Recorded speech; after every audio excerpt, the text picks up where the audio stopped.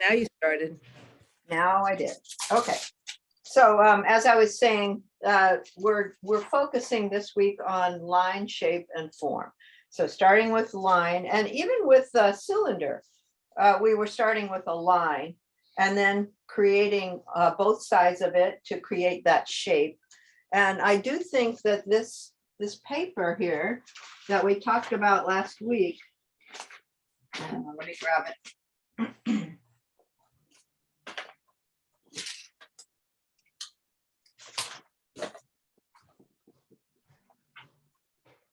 If you were having trouble at all with your cylinders, go back to these steps, step 1, step 2, step 3, and so on. The only thing I really didn't emphasize, and I can see now that it was giving people trouble, is the idea of the ellipses. So if I start a cylinder with a vertical line, and let me grab my ruler.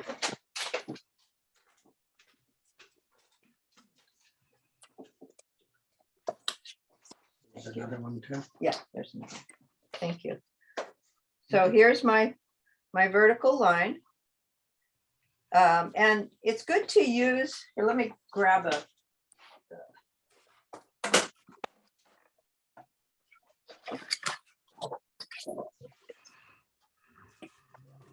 So you can see the edge of the paper.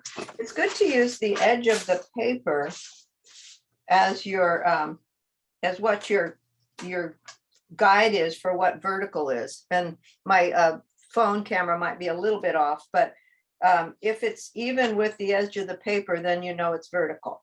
So that means that, let's say we're drawing some kind of a vase or a chess piece or something like that. Whatever happens on this side is going to be exactly the same distance and the same angle, only a mirror image. So I want to make sure this measurement is pretty much the same on both sides. So following, that's where that vertical axis kind of helps. It not only keeps it from leaning, from falling over, but it also makes it be equal on both sides, so it's not lopsided. Now you have the axis to the ellipse is at right angles or perpendicular, 90 degrees from the axis of the cylinder itself. So if I were to draw an opening here, this point and this point, let me get a.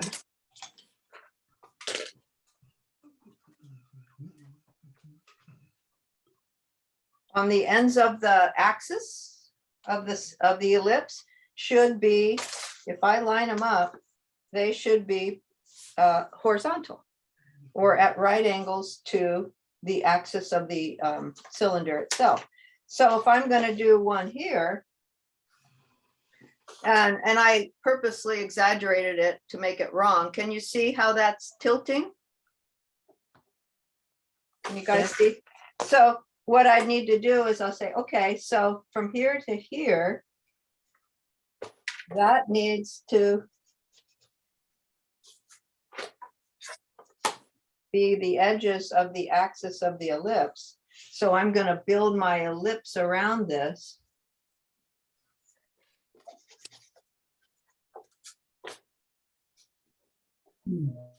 So all of these ellipses need to have that same horizontal axis. I don't want to start doing this or that. And right away, once you get the hang of it, you can see when it's wrong. Okay, so make sure on your final one that you have those axes correct. Okay, and we'll come back to that.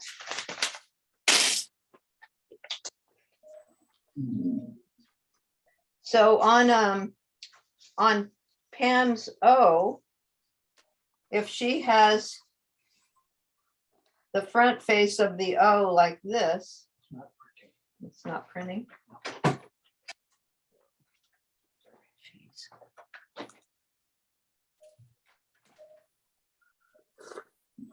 Yeah, I don't know why. stupid new printer we got. Okay, so here's the front face of the O, and I'll do it a little bit darker.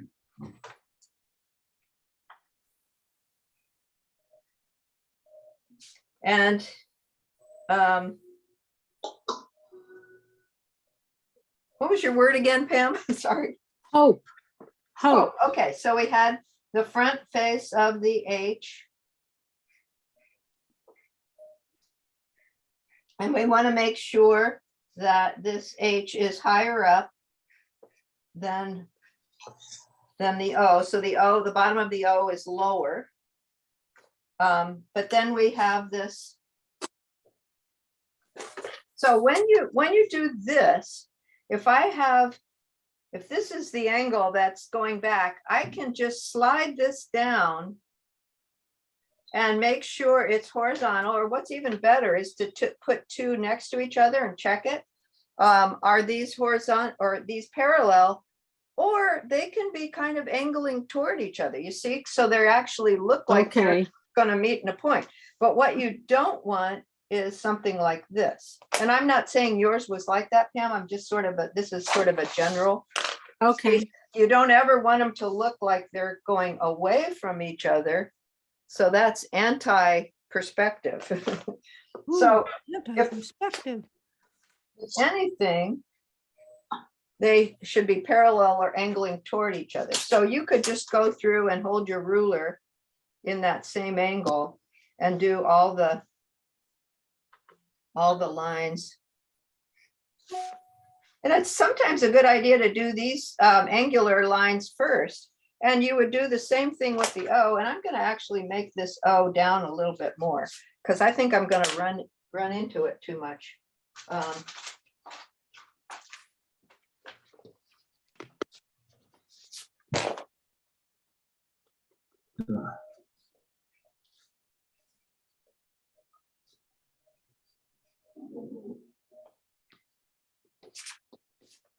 Okay, so since we've established, unless that O is leaning in a different direction, it's going to have that same angle.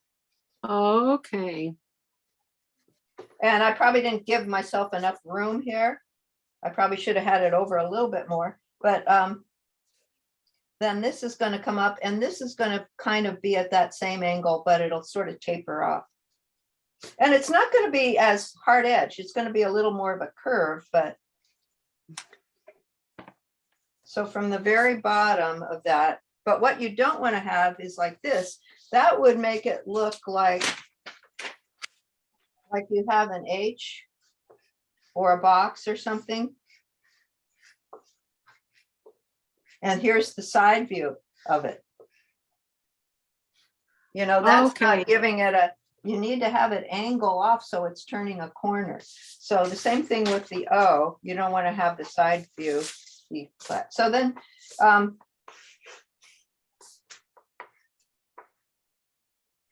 now these are all horizontal. So whatever the front of the letter is doing, the back of the letter will be doing the same thing.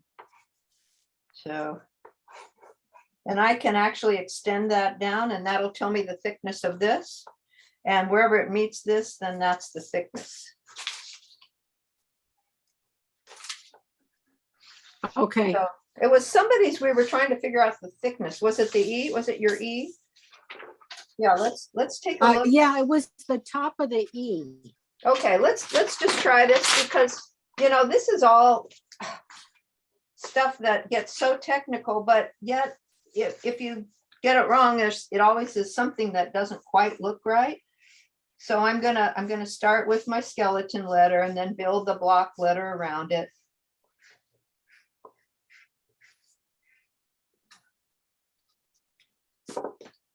I didn't start with the skeleton letter, so it's a little bit off. So here's my two-dimensional letter. So I'm gonna have my ruler going off at some angle. This is arbitrary.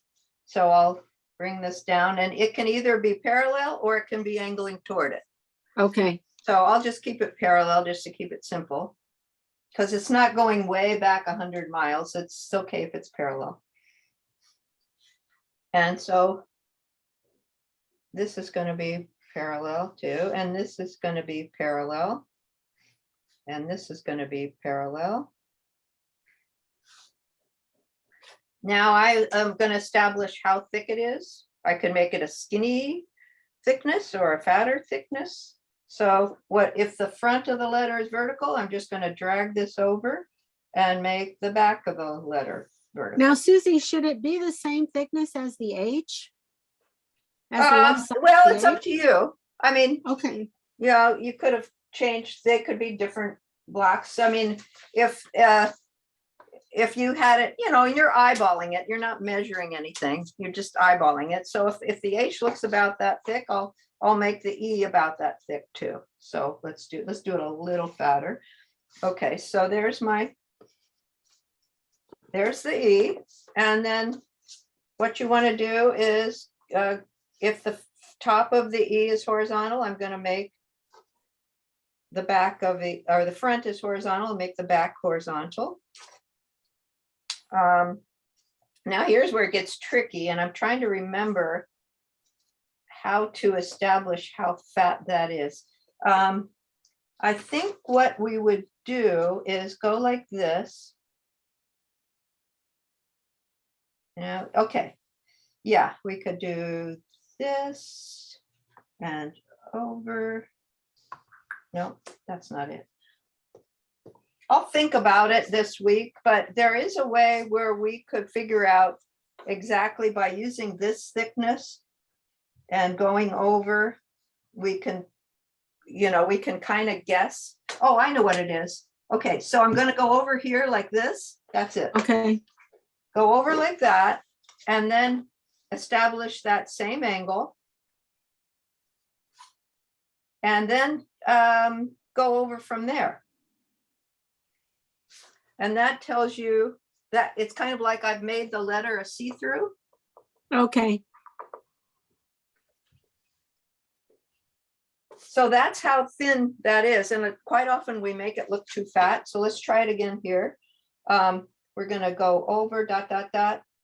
There's that point, and make that same angle again. And then we're going to go over dot, dot, dot from there, horizontal. Dot, dot, dot. Now, the rest of it, everybody else is zoning out unless you are doing block letters, then you're going, oh, yes, thank you. That helped me figure this out. So I don't know. Thank know, you. I will put this on the review. So what I did is I went over like that, and I made the back side of the box so you could see how Okay, thick that is. Okay. thank you. That helps a Hopefully that lot. helped. So we have Richard's. Susie, Yeah, I've been thinking about flip and playing with it, and I think I know why Richard and I see it differently than you. And Why? I'll see, and Richard can agree. So I wrote the word flip. Okay, so it has to do with where you are with respect to the paper. So if the paper's here, can you see? wait, I can't see you. There's the paper. Okay, yeah. Okay, now if you put yourself under the paper, so that Now, you're which way is the looking paper? through Is the the paper? paper, it will be different than if you're looking, flipping the paper over and looking up at it. Okay, are you looking at the paper from the side that he painted it? Pretend it's not on a see-through paper. Well, what I did, here's the paper. Uh-huh. There's the paper. Can you see it? Yeah. Yeah. Uh-huh. Okay. Now this is the way that Richard drew it. Well, you get my Yeah, point. yeah, from I this got you. angle. Uh-huh. But if you take that paper and you take it and you lay down and so you can read it, you flip the paper over, you're going to see it the same way as Richard drew it. Okay, But I if have the this paper piece. remains, so Richard drew it this way. But if the way you're seeing it, it goes forward. The way I'm seeing it, because I'm looking through the paper, it goes backward. Okay, I'm not quite still seeing it. Well, I think it's because you were looking at it in a different way than Richard and I were looking at it. Okay.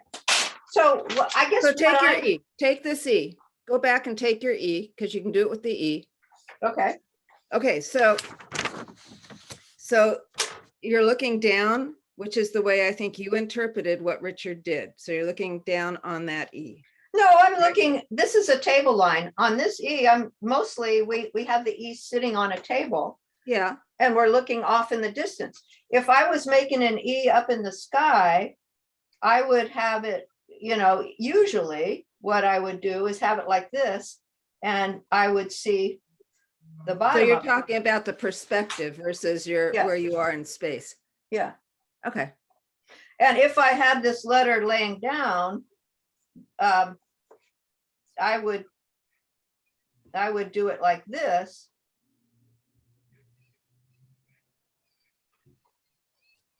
Like that. But if I was looking at it from above, then you don't have a table line or anything. I guess it just kind of. Yeah, see, I'm assuming it's on the table and he's assuming that it's up in the air. that's what I'm assuming Yeah, too. That's why I don't have a problem with it. Yeah. But if you don't flip it when it goes up in the air, then it's backwards, like what you had said you thought it was. Yeah, yeah. And if he That's drew a little ceiling light or something up here, then, like we were looking straight up at it, then we would see it. Okay, well, Anyway, yeah. Okay, so we trust whatever Richard says it is, we will trust that. All right, so let's go to the shading part. And this is where this week, I want everybody to focus on, first of all, obviously you have to get your drawing correct. So my drawing is correct. Now my goal is I want to make it so that I no longer see any lines around anything. And I can have lost edges. So I want it to end up looking like, sort of like I'm seeing these block letters. So if you look at this on the screen here, can you read what these words are, what these letters are? E.T. Yeah, so it says ET and it looks more three-dimensional than this does, Right. right? It looks like Yes. a photograph of little plastic letters sitting on a table, casting a shadow. Okay, but if you look carefully, you don't see half of the Mhm. letter. What's happened, this is what, I mean, it was originally there. You can kind of see my light little lines there, okay, which you would later erase. But what you want to see is just the shading and not the lines anymore. And that's what'll give you this interesting illusion of three-dimensionality. So you have to decide where your light source is. So if I have my light source, and you kind of look at the angle where your letters are, if you're seeing the left side of the letter going off into the distance, rather than the right side, I mean, I could have drawn these. It's going to make a difference on maybe where you want your light source to be. So here's this E. I could have had my E like this and had that third dimension going like that. Uh-huh.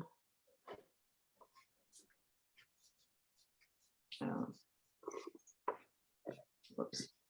Yeah, actually like this.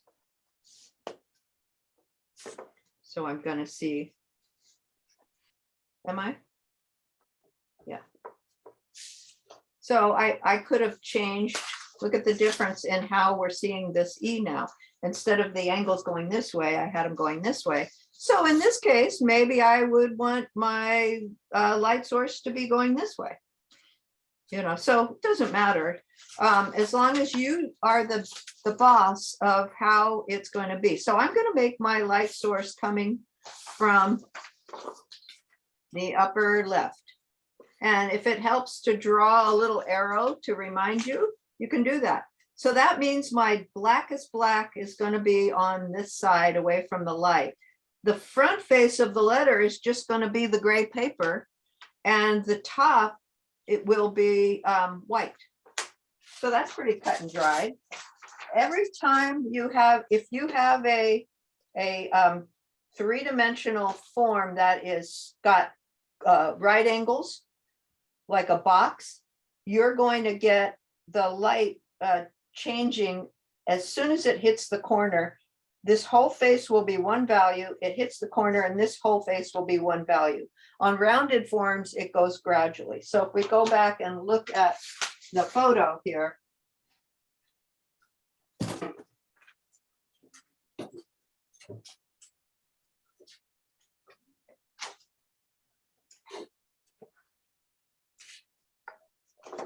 So this is all one value here. This is the medium and this is the white, dark, medium. Okay, so you don't have any gradual transition. If you take a rounded form, like a cylinder, if I can find it. Oh, well, here's one. You're going to get, and the light's coming this way, you're going to get a gradual transition from dark to light. Okay, it's not going to be suddenly where there's an edge where it suddenly changes from dark to light. And so it would be sort of this type of thing where it's a gradual transition. So let's keep that in mind as we do our shading. And we're not taking into consideration, if you took a photo of a chess piece and it's shiny and you get reflected light and all that, we're not even taking that into consideration. We're just figuring that it's just a rounded form. So we're going to get this sort of transition on a rounded form. Okay, so you can take graphite. And remember, we talked last week about that graphite is going to have a little shine to it and it's not going to be all the way black. So, you might want to consider trying charcoal instead. So I have a charcoal pencil, or you can use Conte crayon, which has got a little oil in it. And this is a black Conte crayon. It's not as dusty as charcoal, so that's kind of nice. I kind of like that. This is called compressed charcoal, which is different than vine charcoal. Vine charcoal is just really light. It's like a burnt stick. So, there's all different kinds of charcoal, but I think I'll stick with the Conte. And you can even mix the two. You can mix Conte with black charcoal if you need to get into tiny little areas. And I think they do make Conte pencils too. And I'm not sure if I have one or not here. Oh yeah, this is a Conte pencil. So let me sharpen it. So that'll be nice too. Oh, great. It doesn't go in my sharpener. So of course, here, let's see if this.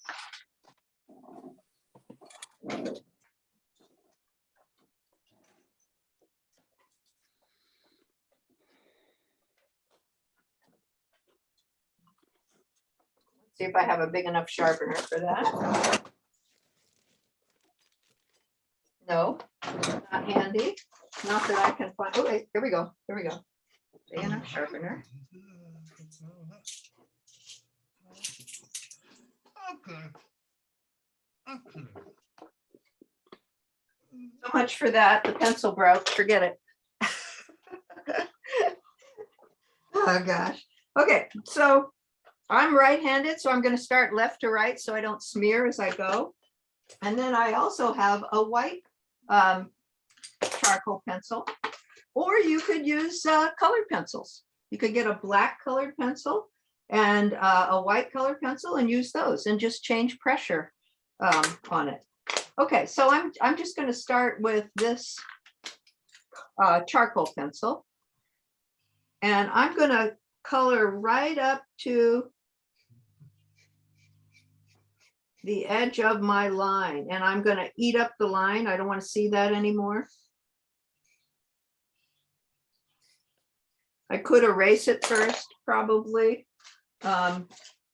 and make it so it's not as bold. So it's just a little lighter. And I just have that ghost image.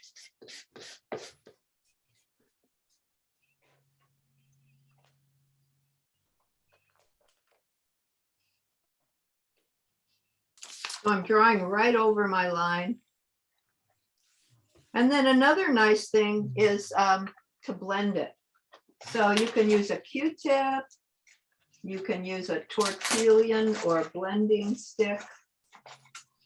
So, you know, one of these, and just really smooth it down. And then don't rub the, the eraser or the crumbles away, but below it. So you won't smear it. Or shake it.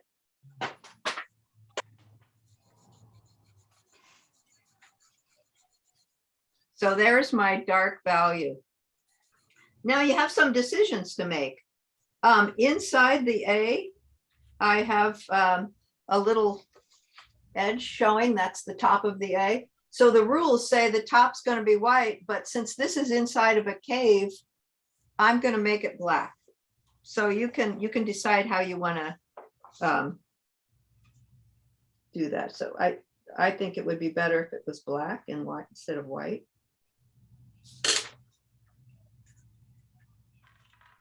Oh, interesting. Now we'll see when this starts to come alive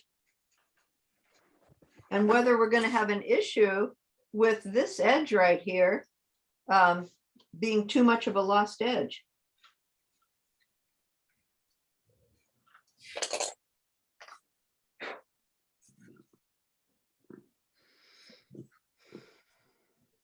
Is it starting to look like an A yet? Yeah. No. No? Okay, I'm going to erase all these lines. So we'll really have a lost edge. And now I need my white pencil. Got to have enough information for the viewer to be able to read this.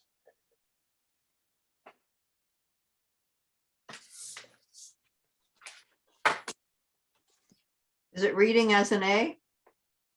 Oh, you know, there's one side I forgot. Duh. I should be seeing a little bit of this side. I didn't draw that because I'm looking at it this way. That was what was missing. There, that should help. Now, what about the bottom of it? There's going to be a cast shadow. So if the light's coming this way, I'm going to have, and now I've erased my line here. So I'm going to have a shadow that's being cast under here, and I'm going to have a little skinny cast shadow underneath it, like the block letter, the plastic or wood letter is not quite hitting the surface of the table. So I'll have a little bit of a cast shadow going this way. So my cast shadow is going to be like this.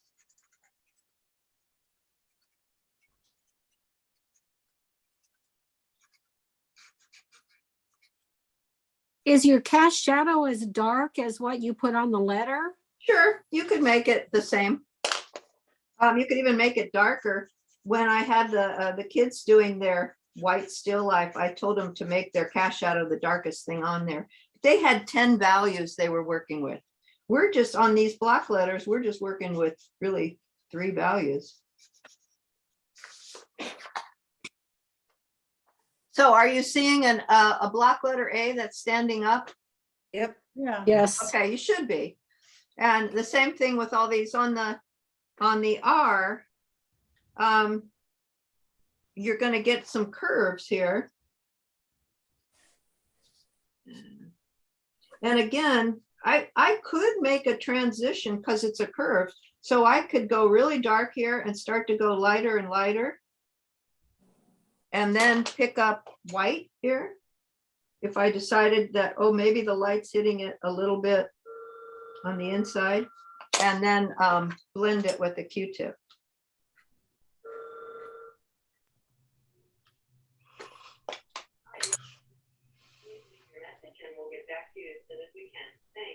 So on this, I have a little bit of a transition.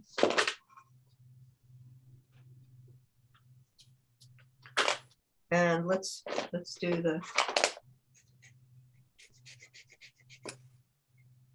And then you have that decision of what is the cast shadow going to look like? You know, because if you have a camera that you're taking a picture of, and you had a real wooden letter like the kids had, I told them to take it over to the light and set it up and then look at what the cast shadow looked like. So I don't have any real wooden letters anymore. But you know, depending on how you angle the letter and where it is on the light, it's going to change the cast shadow a little bit. So you can experiment. This is going to be kind of skinny here. And then maybe have it angle a little bit. So can you see that I had the cast shadow angle the same as this angle to make it look flat? You'll see it in a minute here. Now I'm using a Canson paper that's got bumps on it. So I really need to do some blending or it'll be too bumpy. If you have a nice smooth paper, I think the paper I was selling, some of you guys got, it didn't have bumps on it. And finally, this is the fun part where the letter starts to come alive. And resist that impulse to outline everything. Stop a minute before you do that and look at it from far away and see if you're getting that mysterious optical illusion of that happens when you have the lost edges. And it's kind of like you're not telling the viewer everything. The viewer has to fill some stuff in with their imagination. And I don't mind if you put a little line under the very bottom of it to show that it doesn't quite hit the table surface exactly. There's a little bit of a crack.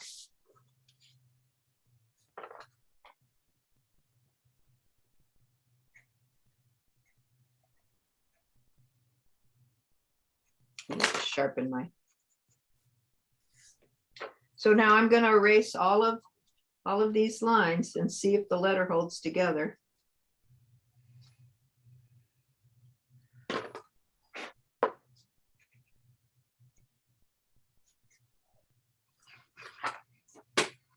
Are you seeing an R? Yep. Okay, I want to, this got a little bit fat, so I'm going to. Okay, see how cool that is? And really there's no line there. But when you stand back from it, it gets filled in, and this is where the magic happens. All right, so now this is so intriguing, huh? Let me find the one where I drew the chess pieces. Okay, so we're going to try that. This is maybe a little bit trickier. Oh, and then we were going to go over chessboard a little bit more. I think we understood that, but so let's see here.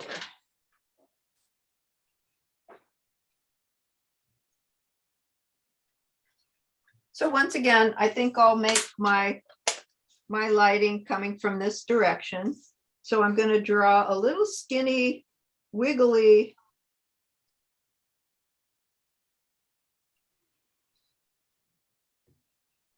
So this cast shadow indicates that it's kind of going skinny, but it's a little bit wiggly. So it's almost like this circle becomes an ellipse down there on the cast shadow. And the same thing with this. You know, I'm not being real careful how I, but just make it kind of skinny. Okay, so you get the skinny. So again, now on this is got a right angle on this. What is this guy called? The castle? No, that's not a castle. This is a king. A king. Okay, so this has got some like a definite angle change right here.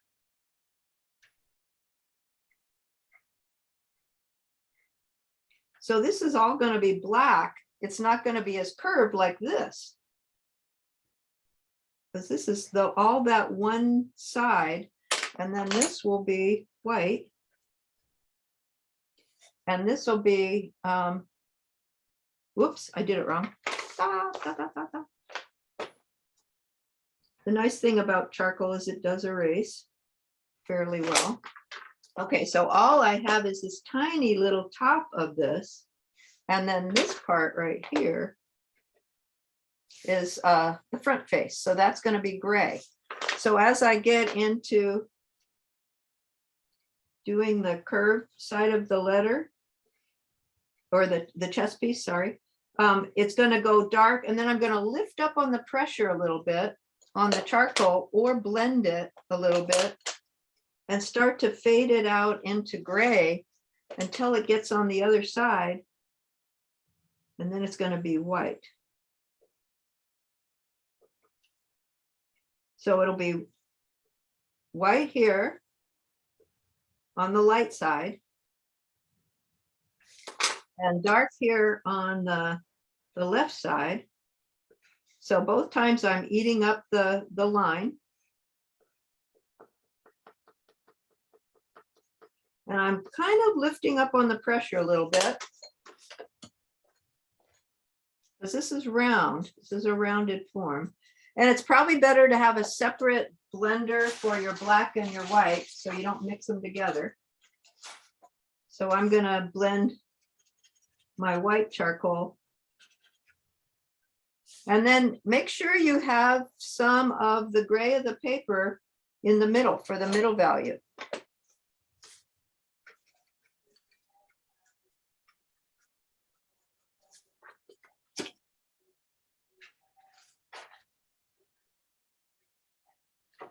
I'm still thinking that this is a flat surface, so that's going to be all just middle value gray.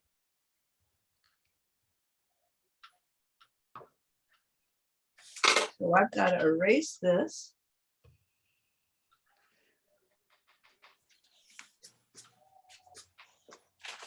So as I go down, there won't be too much lost edges on these rounded forms. You'll deal with lost edges more on your block letters. So I'm starting to show the light side of that chest piece. And take your time, don't speed it up as much as I am. And here's the dark side. Now I might have a bit of a lost edge right here.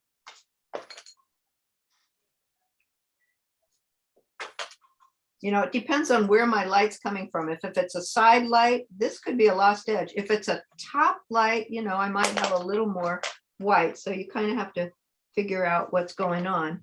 But if it's a top left, then this would start to fade away into a middle value on the top there too.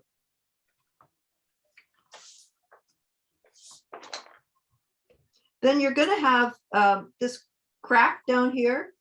This will be pretty dark. The bottom of this rounded part of the chest piece. It might even extend over onto the light side because it's rounded and it's blocked. So this light is being blocked down there.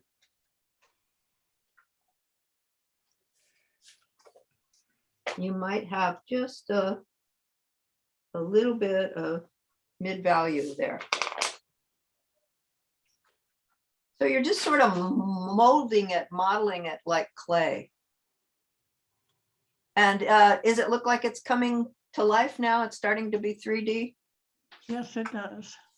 And then, of course, we have the cast shadow.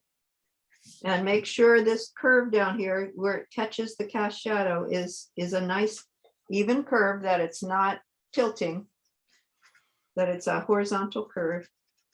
Now, you guys that have lying down letters, you've got some more thinking to do about your light source. One question is table line. Do you want a table line? I don't think it's necessary. I think it kind of makes it a little more mysterious not to have it. But it's up to you. The thing is, when you do a table line, you are now creating a line, whereas nothing else has lines around it. So it might be better to just imagine that the table line is off the edge of the paper. Now, if you have a chessboard, then let's do that little trick. So here's a 1-point perspective chessboard, or you could have a 2-point perspective chessboard. If you have it on 1 point, there's a vanishing point somewhere here where all of, and I don't know how many squares there are in a chessboard, but you get the, I'm not a chess player. You get these lines emanating from, and they should be fairly even, but not ruler measured even, because these will get narrower as you go off too. So, oh, I know how you could do it. You could start off down here with marking these all. If it's 1-point perspective, you could measure those, okay? And then these would all be going off to the vanishing point. Okay. And you could actually draw a vanishing point off the table or off the end of the chessboard. Then once you draw that first line to show that these are squares, what you would want to do is draw a diagonal and then repeat that diagonal. And wherever that diagonal hits on one of the squares, that'll tell you where the next row is.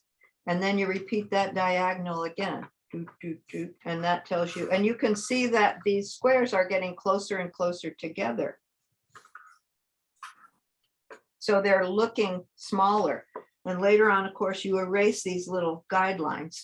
But that would mean that your chess pieces are your squares on the chessboard are looking like they're closer together. Kathy, is that making sense? Yes, absolutely. And I guarantee I will be watching this video this afternoon. Yeah. Now, what if you have a 2-point chessboard? So you're looking at it from here. That means, you could extend.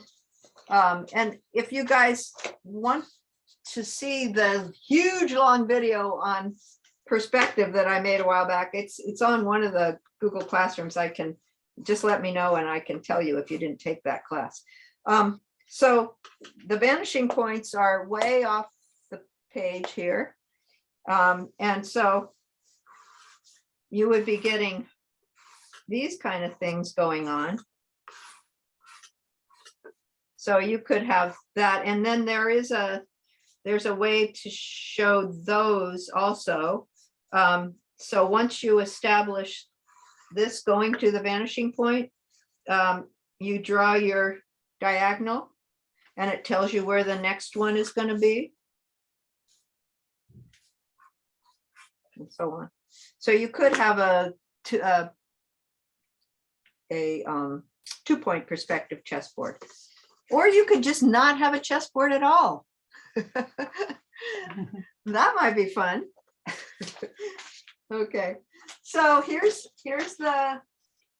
what I was showing you, and I think hopefully you have enough information. What else were we gonna talk about? Yeah, I think that might be it. So just make sure you're getting these lines going so that these 2 points would be across from each other horizontally.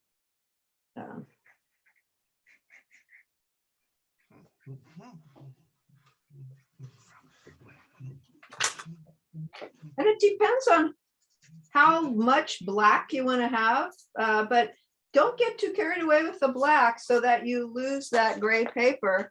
That's part of the fun of this, is that the mid-value paper is functioning as that mid-value on your drawing.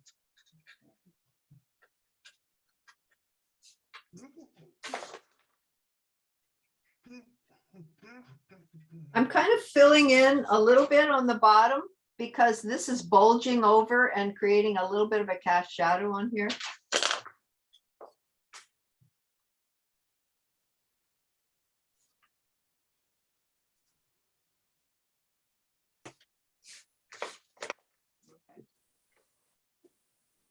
I don't quite have it finished yet. All right, I'm gonna stop the recording here.